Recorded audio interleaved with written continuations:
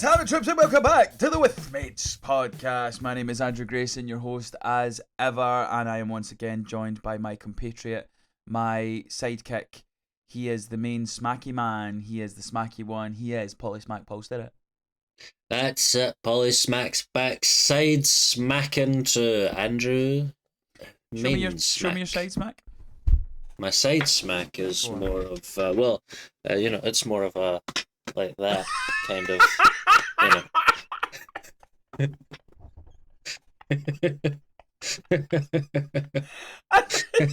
didn't expect that.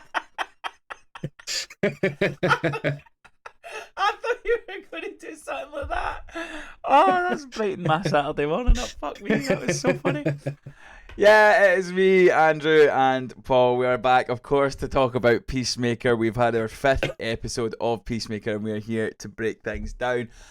But as ever, let's give you a little rundown of everything that's happening with the With Mates podcast. We are still currently around about 85 subscribers, so please do me a favour if you've not already subscribed, hit the subscribe button, get us to 100 subscribers, and then we will move that big old yardstick to another nice wee goal for us to reach. Do us a favour for the algorithm, just put in a wee hello, put in a wee comment, just say hi right now, do it just now, just do it now, and then you can just enjoy the rest of the episode. Just say hi or say whatever thoughts. If you enjoyed Paul's arse smack, like fucking put that in the comments, whatever you need to do. Put a little peach emoji, that's all we need. Help us out with the algorithm. Put a comment on this post on YouTube, on Instagram, wherever you find this video, put a comment and just say what else you would like me to do. What else would you like me to smack?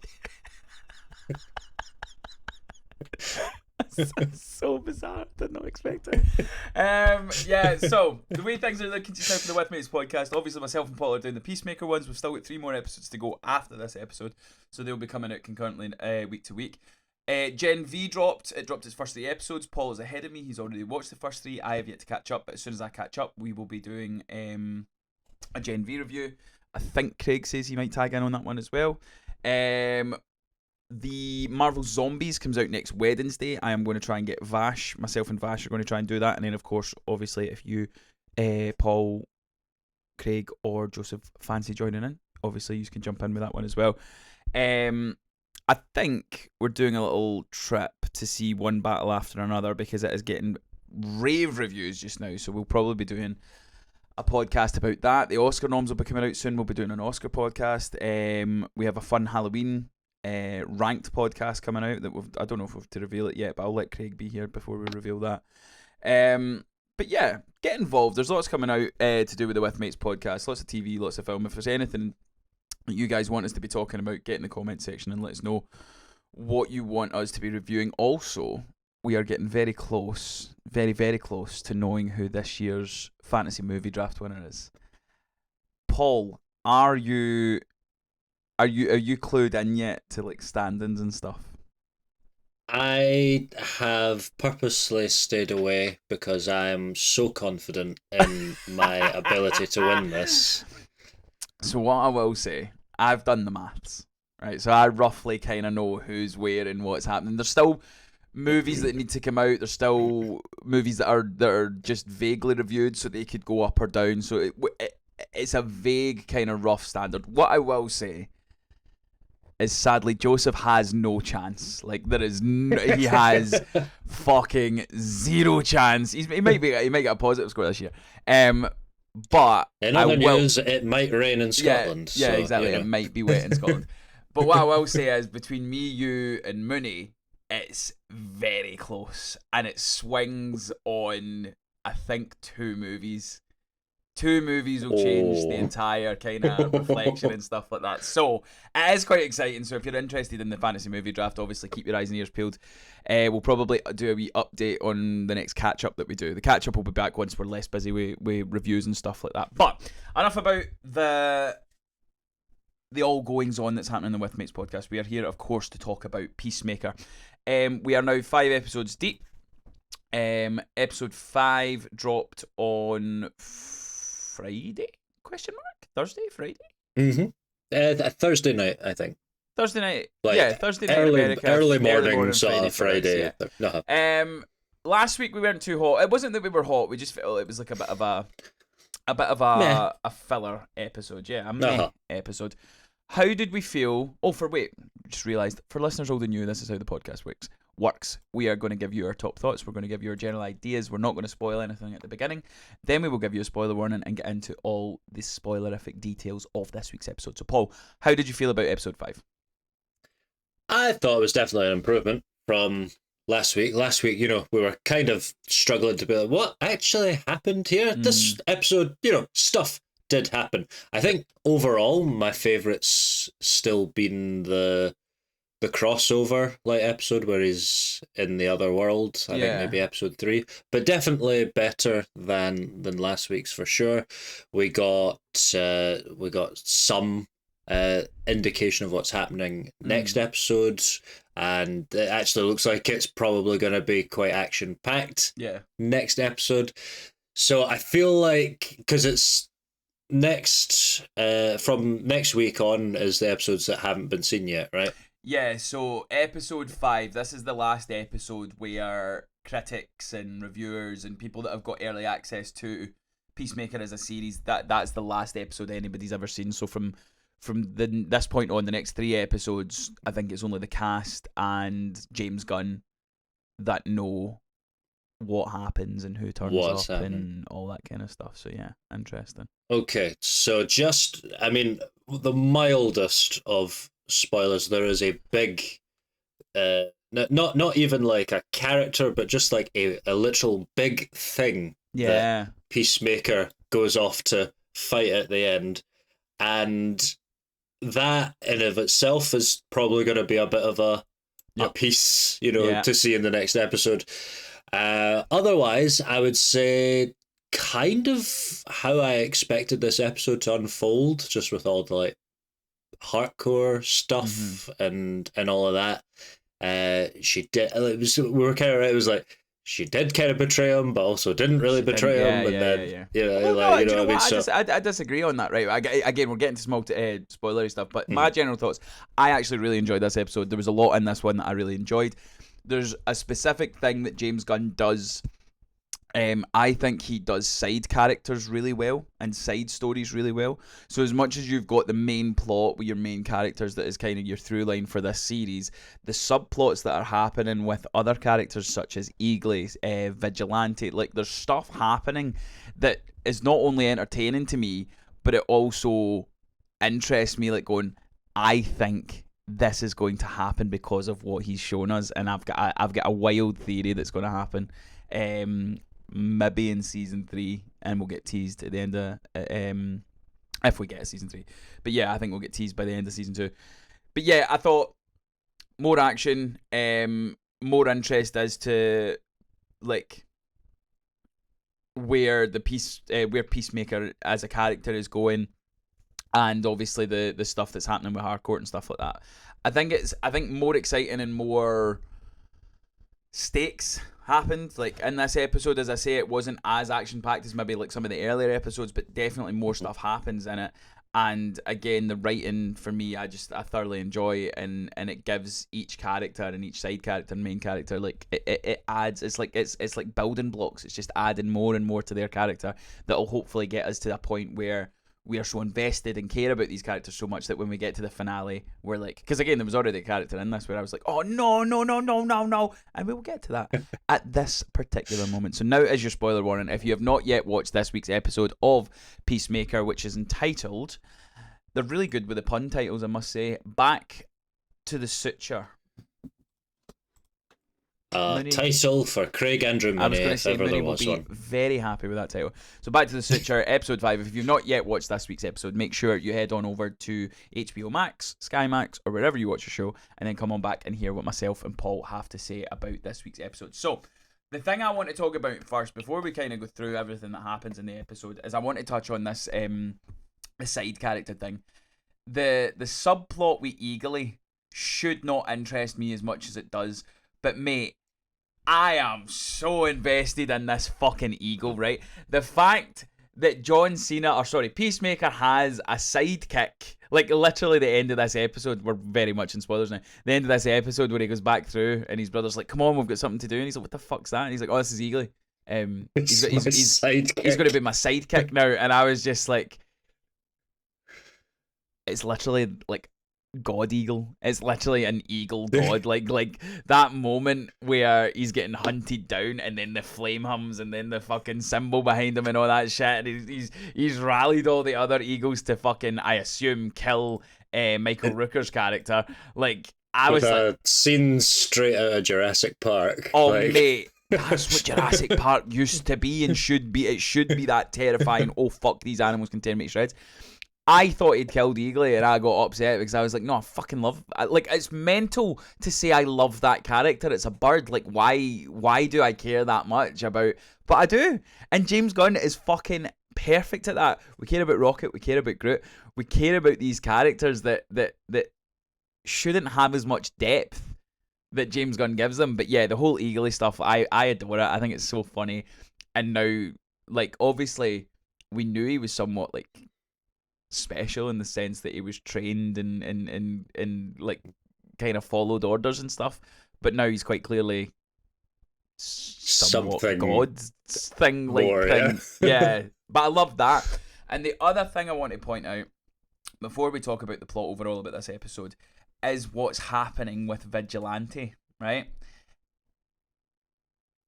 I think everything that we've had up to this point, right, with the whole...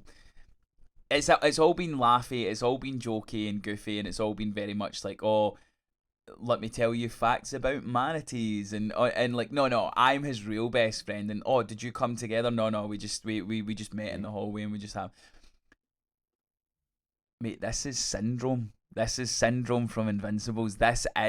He's my best friend, and it's not getting reciprocated, and it's got to a point now where I felt so bad for Vigilante. He writes a letter saying that I'm leaving and doesn't even mention Vigilante's name. And I'm just like, fuck. Like, I know he's a dick, and I know he's a fucking pain in the arse, and he's an idiot, but he's loyal and always shows up to help and never ever fucking questions and stuff.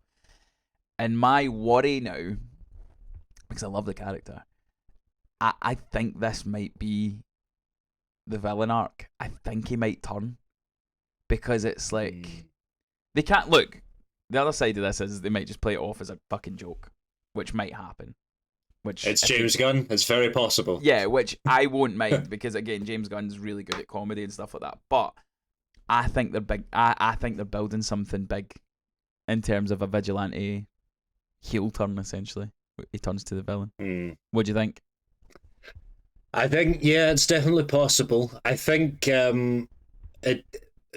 what I mean by that, James, like, it could be the case that they've built up, like, because you're right, because they have snided him this whole episode. Like, it's always the constant, like, forgetting to include him or barely acknowledging him. So, and now he's just went and left forever without even mentioning his name. No. So, I reckon you could be right with a villain heel turn, and maybe Vigilante's the one that wrecks the perfect life he's got on the other side. Yeah. Or they'll go through and they'll meet him up, and he'll be like, what are you guys doing here? And he'll be like, oh, hi, Vigilante. And then it'll all be fixed. Yeah, like, because he said hello, you know what I mean? They've also teased, and I need this to happen. He also teased, he's like, oh, maybe I'll meet another me. Like, when they go to the other universe. I need to see. And again, you could have it. You could have that he's a polar opposite. You could have that he's just a fucking evil. Like, Vigilante's done some bad things and stuff like that. Like, he's killed people and all, obviously. But this is he's a psychopath. Yeah, this is the muddy water that we're playing in here in the Peacemaker world. But you could, I want to see that interaction between the two. But yeah, to me, the side characters are a highlight for me through these episodes, right? I'm really caring about it. Even the jokey stuff with I always forget her fucking name, Adebayo, like when she's doing her security company. and they're like, "Oh, do you do Greek?" And apparently that's doing butt stuff as a prostitute. And Vigilante was just like, "Yeah, I thought you were just a prostitute." Like, there's nice wee funny bits with him, and like she obviously really cares about Chris, and she obviously cares about Harcourt as well. So let's get into the plot and kind of break down the stuff. So we kind of predicted like she'd betrayed him and she was just trying to get back in and stuff like that. I think ultimately she didn't. Because at the start of this episode, she's like, "Oh, I said that I can't remember what the safe word was, but she was like, I said the word that meant danger. Why the fuck? Yeah, copacetic. Why the fuck did you come and stuff?" And I liked that they've set this up. Or let me ask you, like, how do you feel that they've set it up in terms of the balance between the relationship between Harcourt and Chris, Peacemaker, and what Harcourt's the stuff that that they're drip feeding us with flashbacks with her and Rick Flag Senior, and that like it opens with Rick Flag Junior's funeral, and ends with her saying like, "Oh, I can't tell you who it is, but he will pay." Like, how do you feel the balance? Like, are you enjoying the fact that we're seeing kind of two sides of a coin, where it's her being like, "No, he will pay," and then it's her kind of fighting the fact that she does really care about him? Do you know what I mean? Mm-hmm. Yeah, no, they've set this up so that basically if you've seen the Suicide Squad, you know, like the big thing from that, spoiler, although spoiler already spoiled if you've been watching. Peacemaker is, you know, Rick Flag Jr. dies and Peacemaker kills him. Brev, if they've been watching this show, that's not a spoiler. Like, come on now. We're very much in spoiler territory here. It's a few years old now, but basically, you know, he's been killed, and we find out here that they've had this whole relationship, and he was supposed to be with Enchantress, and that's a whole other can of worms. But anyway, so she's obviously conflicted. Like, she's now starting to like this person that's killed her, and he's clearly sort of had a change. Like, and we hear that from his whole scene with his dad, and we'll get into that later. But like.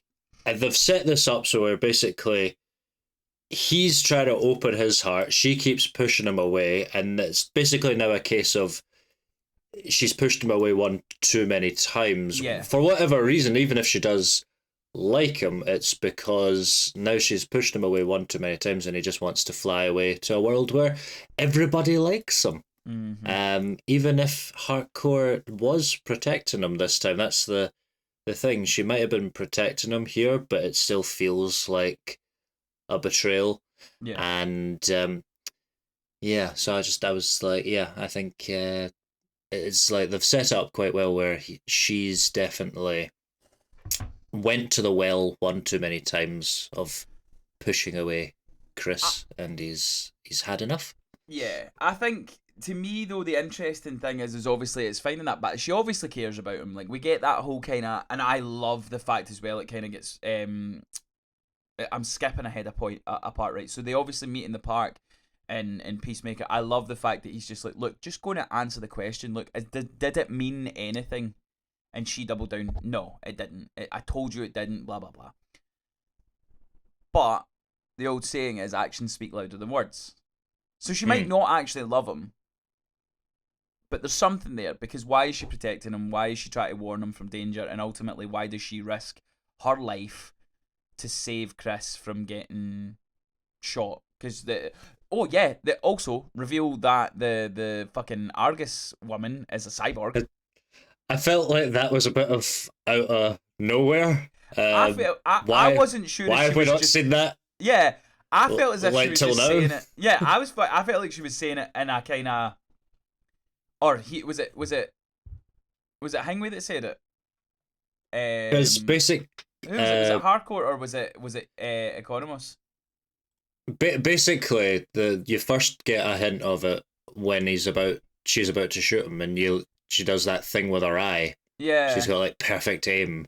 Yeah, so you're like, oh, she's there's something about her, and then it goes into it more. She's like a cyborg or something, and then he's like, oh, she's had like, I don't know if she was like in a crash or something, and then she was like basically like rebuilt. RoboCop essentially. We can rebuild him. We have the technology. We can make her better, faster, stronger. Basically, yeah. Yeah. So, but then what I found interesting about that is, I got two reads on this scene with Rick Flag Senior. Go on. Either he's actually lost his cool and was just like, get Peacemaker, beat him up, and then, oh fuck, we have to let him go now. And then she's like, oh yeah, we've had to let him go and everything. He's like, that's all part of my plan. Because now it's James Gunn, mate. He's a big Shrek fan. He likes ogres. He likes layers. Onions have layers. Ogres have layers. He's layering this shit up so we don't know where we stand. And it's so... This is why I'm saying is like, this episode done more for me because we got so much of that between so many different characters. Chris is pretty obvious. Chris is, do you like me? If you don't like me, I'm fucking off to the other world. That's it. Like, the other world, I have who I want. The world really loves me. They see me as a hero. They adore me. All that kind of stuff. Whereas you've got Harcourt trying to... like, the balance that we're trying to understand is, right, does she dislike him? And there's a line where she's like, oh, you killed him. How the fuck could I? And then she gets cut off. So she obviously loved her friend. She loved Rick Flag Jr., she also wants her job back, but there is obviously some sort of affection, whether that be friendship, whether that be more than friendship, towards Chris. But you've also got, as you say, the stuff with Rick Flag Senior, where it's like, oh no, I'm playing 4D chess, right? I knew that if I gave you the order for the kill shot, she would jump in, and if she jumped in, it would lead to this and that, and I'm going, oh, you intrigue me, sir.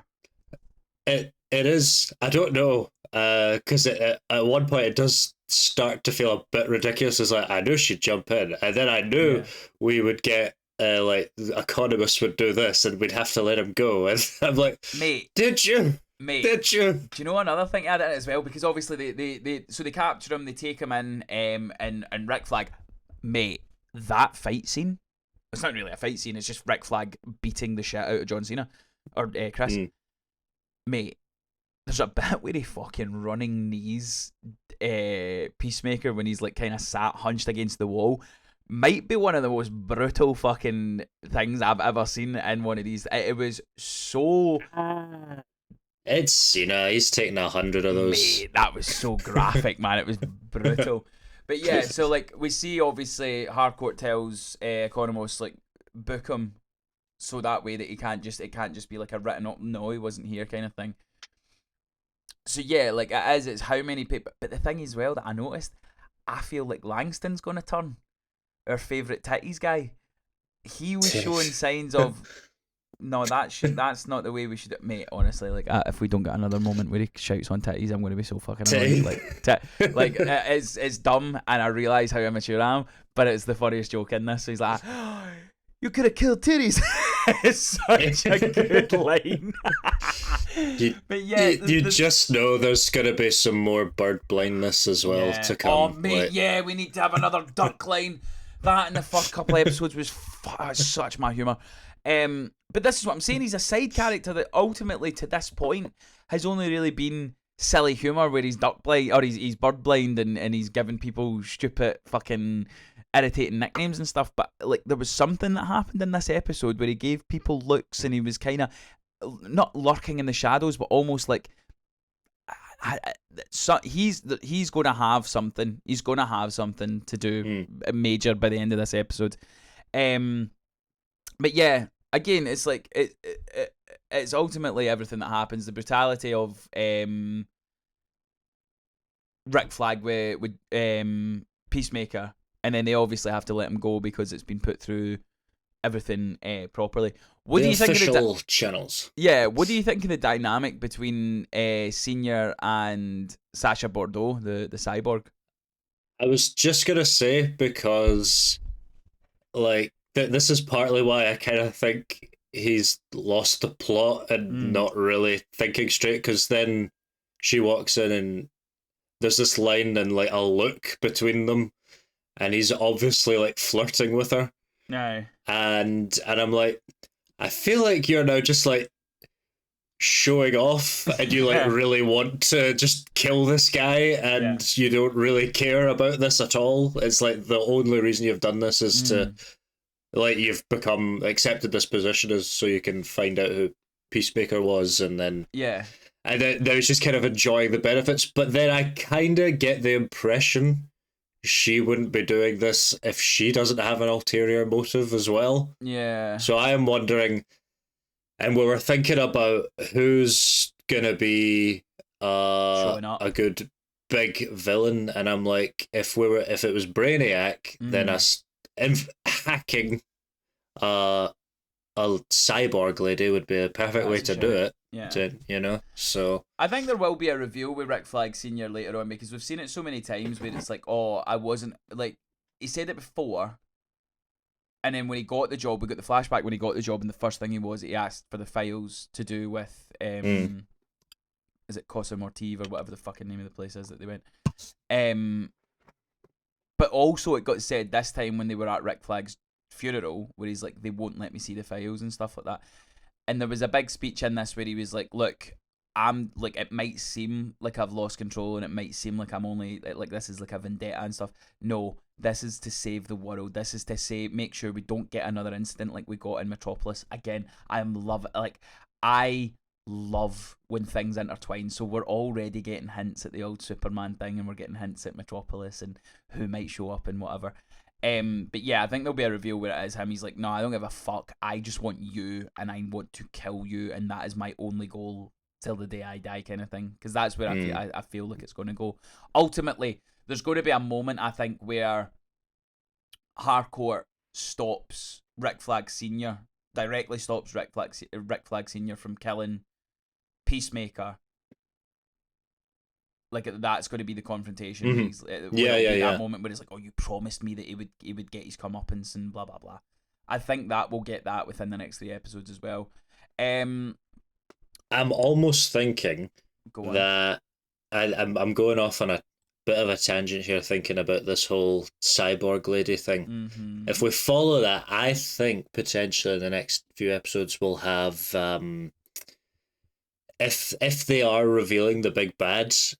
And it's like, I think maybe Brainiac, if it is him, he's probably from the other multi-universe place. Okay. Like, I don't think he's actually from the main one. He'll be from the other one, and he's somehow hacked, like, because the door's been open. Like, he's been able to Bluetooth his way across the universe into this lady and hacked her, and he's hacked her, and now she's flirting with Rick Flag Sr. to get in with him for whatever reason. And you know what? It's just so typical, because no cyborg lady has ever been hacked and just started flirting with me, and I feel like that is something I would like to see more in my life. You know what I mean? No. Have you not seen the movie Companion? I've seen her with well, yeah, that's another where he falls in love with a phone. Yeah, no, watch Companion, and that goes for viewers as well. Companion was out earlier this year. Is that the Megan Fox one? No, I can't remember what that one was. That was a more that was a fucked up one. Let me tell you, it's the one with, what's his name, Jack Quaid, and I can't remember the name of the girl. I'm getting it up just now. Yeah, don't watch the Megan Fox one with your parents. No. Sophie Thatcher and Jack Quaid. So it started, like, again, slight spoilers, but it's revealed within the first 5 minutes of the film. You think it's just like a couple and stuff like that, and then you realise that it's not. It's like a fucking robot that that people can buy now. You can buy like a fucking robot as a partner and stuff like that. Thoroughly enjoyable movie. Definitely watch it if you've not had the chance to see it. It came out in January 2025. It's a great film. Blade Runner 2049. There's like, that's another he's one. A robot. He's a robot dating an AI. Right, okay, Paul. Here we go on a tangent. Sorry if I just spoiled. Oh my god, I just spoiled Blade Runner 2049 there. Don't listen to that. It's a few years now. Just ignore the last 10 seconds. I was going to say I'll edit it out. I won't edit it out because I noticed. I don't know if you noticed this. And apologies to our viewers. I was like that. We're going to go watch the preview for next week's episode, and I'm going to edit this all out. Didn't edit it. There's a good fucking solid minute and a half. I was just sitting like that watching the trailer. I'm like, oh god, we miss Lara. Lara's the best editor. I'm so shit at editing. I'm getting better at it, but I forget. Yeah, right. Okay, let's go with the tangent. I can't answer this. I'm happily betrothed. I've got a missus. But would you, hypothetically, if it became Apple Conference 2052, and it's like, here is our eye person, and it is basically a mannequin, and you can choose what she looks like or what he looks like or whatever. Would you fuck a robot? Is what I'm asking you, Paul. Are you asking if I would plug into the Matrix? Yeah, would you plug into the Matrix? Is that what you're going to call her? Well, I would let the Matrix plug into me if it was. Well, no.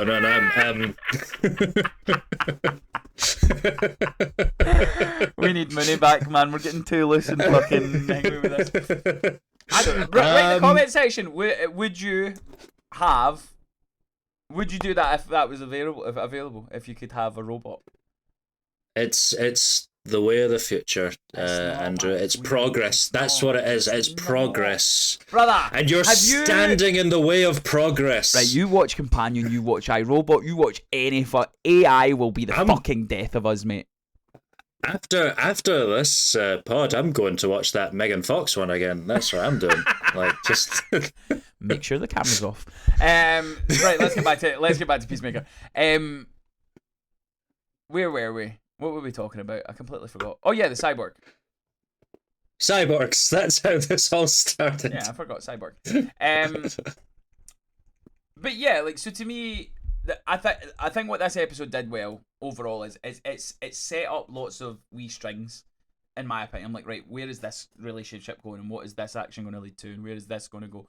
Plus the excitement of the last 3 episodes. There's a rumor and there's thought that a crossover of whether it be Superman, Lex Luthor, whoever. Blue Beetle is one that I've noticed is getting a lot of traction recently. Because, oh, really? Yeah, because so Blue Beetle, I think in the comics has teamed up with Peacemaker in like a Avengers or Justice League type group.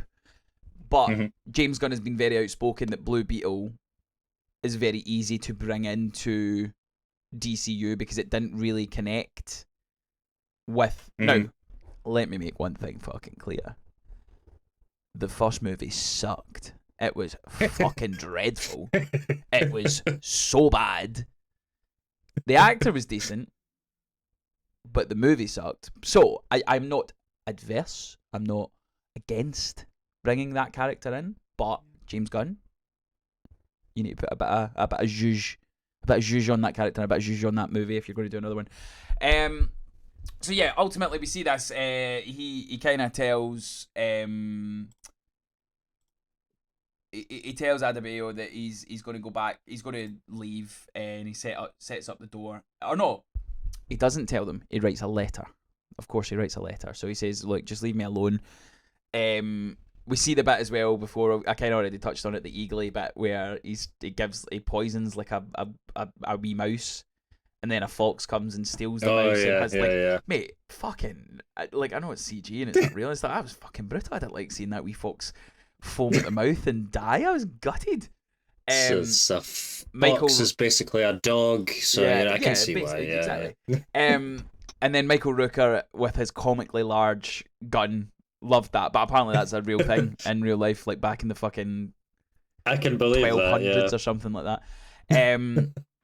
But yeah, to me, love the stuff with Eagly. I love how he's utilising him. It's a silly character that I shouldn't be this involved in, but I now want an Eagly Funko Pop because he's the fucking G. Like, he is the G. He's the capital G. I really liked, there's a moment in this episode, actually, right at the start, we didn't really mention it. Go on. Before he's even sat down at the bench with Hardcore, just the way he knows it's a trap because probably she's told him the copacetic word, but he's like darting in and out of like cover and like people and using his shields like because he knows there's a sniper on him. I really like that. Do you know what I quite liked with that as well? Oh, sorry, finish your point and then I've come in there. Just that he's darting in and out, and then it's like he's using Hardcore as like a human shield, and like, or she switches positions with him, and like it's constantly just like being in the line of sight. I just like that's like a good little thing for like, because he's not got superpowers. He's just like super duper accurate and like a perfectly trained soldier, you know. So it's like cool just seeing him like fight against. Like, he knows the situation and he's like fighting against it. So but that's the one thing I wanted to bring up as well, is there's a conversation we had with Bale in the car where he's like, Harcourt fucked me over. She's fucking called this in to get her fucking job back. And not only that, I knew I was going to be able to get out. I'd worked out the scenarios. I knew how I was going to leave. I was perfectly fine. And then she attacked me and got me took in and stuff.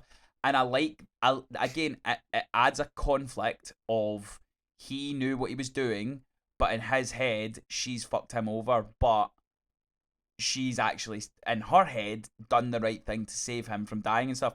So I like stuff like that adds that conflict where they both think they were in the right and both are doing each other wrong and stuff like that. That'll ultimately, hopefully, get resolved. But yeah, we see that conversation where he's like, "No, I don't need anybody. Just leave me." Blah blah blah. And then he writes the letter. On you go.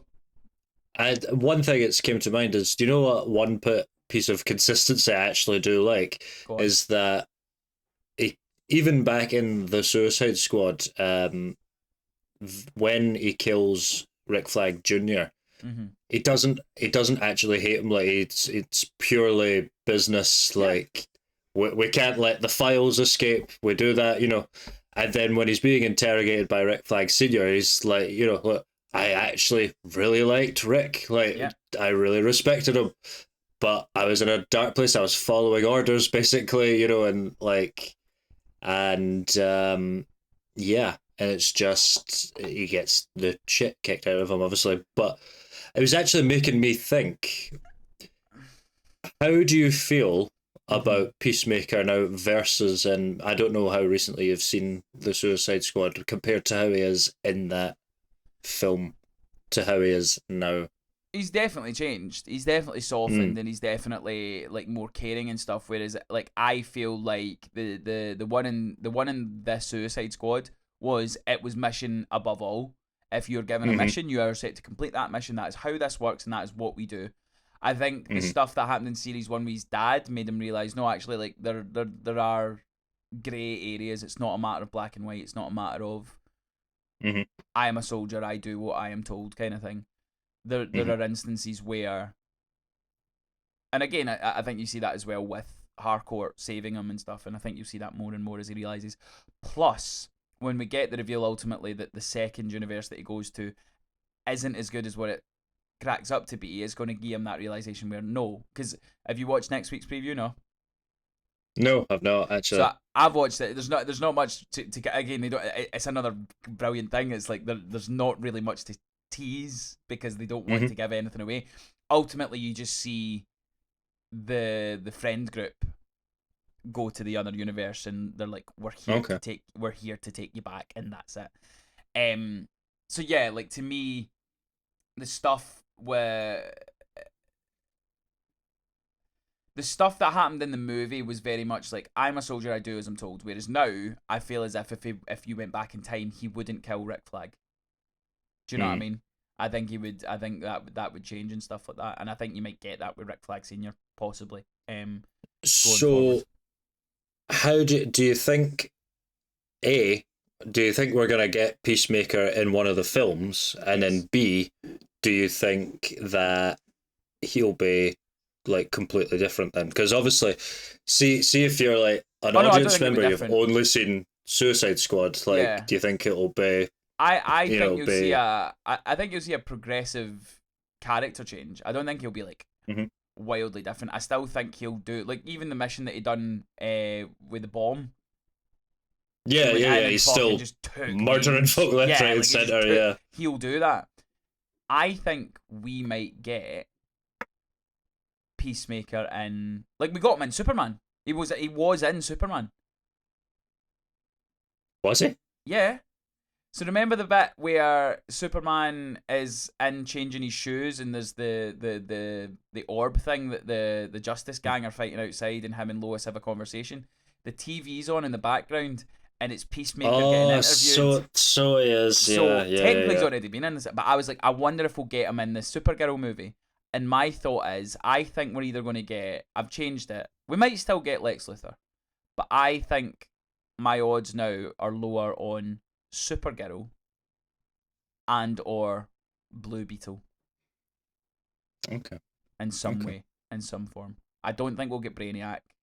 I think we'll get. I still think there's a small chance we get a Lex Luthor one, but I think Supergirl might be the play because that's the next film that's coming. That is the next film, year. yeah. So like we want to kind of tie stuff in like that. But yeah, as I say, we get the letter. Adebayo gets all the friends together, reads it out. We see that Vigilante's not even mentioned, which was fucking. I hated seeing that. It was so. He's a dickhead and he's a fucking psychopath and stuff like that. But like, you don't want to see that. We like Vigilante. He's a good guy. Well, he's not a good guy, but he's a favourite. He's a guy. He's a guy. He's a guy that I enjoy watching on the show. So you kind of alluded to this as well, and I think this is the biggest reveal in this episode. So we see that Chris goes back to his past or to the other universe, introduces his brother to Eagly, which again I loved. Just like, this is Eagly, the rescue eagle. He's my sidekick now, and he's like, I love them as well. The reaction, he's like, oh, what's Chris like? Come on, hurry up. Then they all go off flying with their jetpacks, and he's flying alongside them.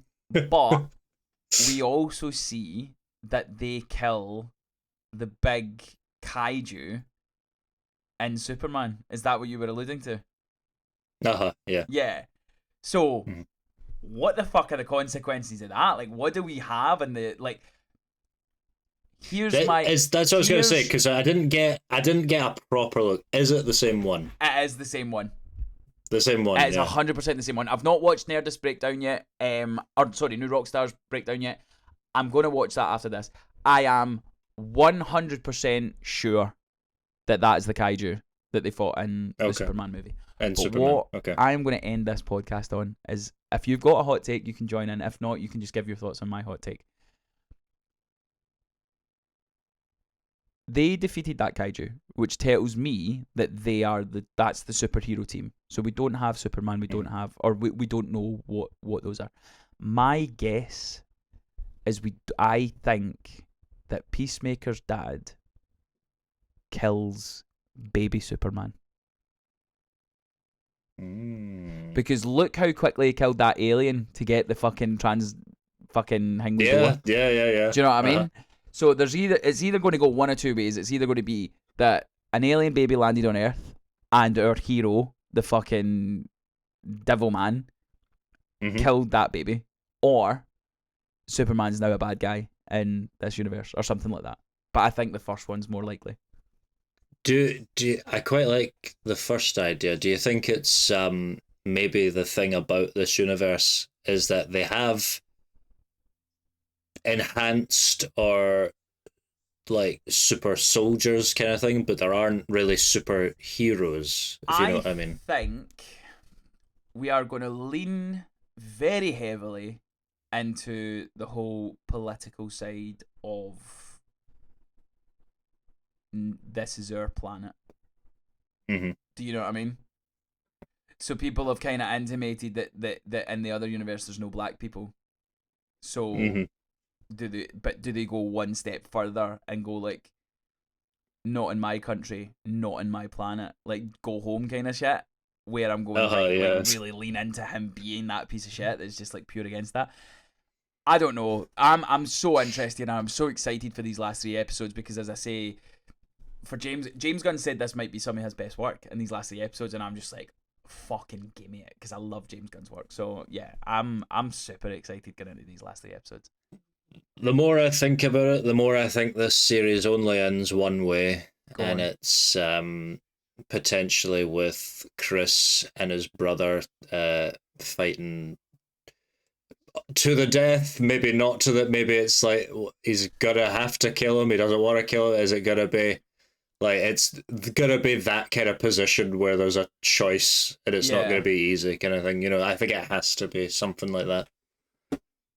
Is where I'm thinking this is gonna go. Yeah, I agree. I don't think you're far off with that. I think that's a realistic thing. I think it'll be like Cena or Peacemaker fighting his dad again, and his brother will be on his dad's side, and then all of a sudden he'll switch sides, but he'll die. His dad will kill his brother when his brother's tried to save Peacemaker or something. It'll be something like that. But yeah, on a scale, give me a scale of 1 to 10. How excited are you for the final 3 episodes of this series? I'm curious to see what they do. I think the budget or something might be a bit bigger for these next 3 since they've been so, you know, a bit secretive about it. Yeah. James Gunn seems to think it's some of his best stuff, so I think we could probably expect bigger budget, bigger twists, bigger. So I'm very curious to see how they start it off. Yeah. If the next episode doesn't like grab your mind, my attention that way, I don't even need like mind blowing. I just need something like to stand out, to grab onto. If it's not that, I feel like this series will be okay. You know, I don't think it will be anything to remember. If it does, then we might have something worthwhile. I think we'll have a nice wee wave pattern. I think we've had a nice wee first 3 episodes were a nice wee curve up. Then it kind of dipped, and then it started to kind of just descend here with this number 5 episode. I think 6 will take us to here, and then 7, 8 it'll nice. Like, to me, I'm going, you don't draw attention to the fact that, like, if this was that it was a good series, I think everybody sees all 8 episodes, the preview. Mm-hmm. The fact that he's deliberately says you can't see these 3, and not only can you not see it, my publicist isn't allowed to see it, my fucking manager's not allowed to, like, he's been so stringent with who's been allowed to see these last 3 episodes, and to me, just 3 episodes slating his publicist and manager. That's exactly what it is. That's why I just he says shit. But yeah, to me, I'm super excited for this. I love this show. My only complaint is I miss the original intro. Other than that, yeah, I do miss it. I'm really enjoying this series, but never mind what I think. What do you think? Let us know in the comment section what you're thinking of Peacemaker 3. What are your predictions, or Peacemaker Season 2? What are your predictions for the last 3 episodes of this series? Who do you think's turning up? Do you think anybody's turning up? Are we getting too giddy? Do you think it's just going to be a tease? What do you think is going to happen in the final 3 episodes of Peacemaker? Put it in the comment section. Make sure you're hitting subscribe. Paul, where can the lovely people find you in all that you do? You may find me in the possible carcass of a dead kaiju, and if you opened it up, you might find my Instagram that is at Stirrit Story. And I am at @AlphaGrey on all social media platforms. But as I say every week, I don't want your follow. Don't follow me. I don't need it. I don't like it. I don't want it. Head on over to @WithMatesPod on all social media platforms to see what we are getting up to, and more importantly than ever, get involved on YouTube. Hit subscribe. Get in the comment section. Help the algorithm out, or help our algorithm out. Stay tuned for all the podcasts that we've got coming up. We've got some lovely movie podcasts. We've got updates to the fantasy movie draft. We will be doing Gen V. We'll be doing Marvel Zombies. We'll be probably doing one battle after another. There's lots of movies that are coming out that we are going to be talking about. And of course, by the end of the year, we'll be doing our top 10s and all that good stuff. But that's all for this week. Thank you so much for watching. Thank you so much for listening. We will see you next time. Latest on the media. Mr. Anderson, I'm here to plug you. Ew.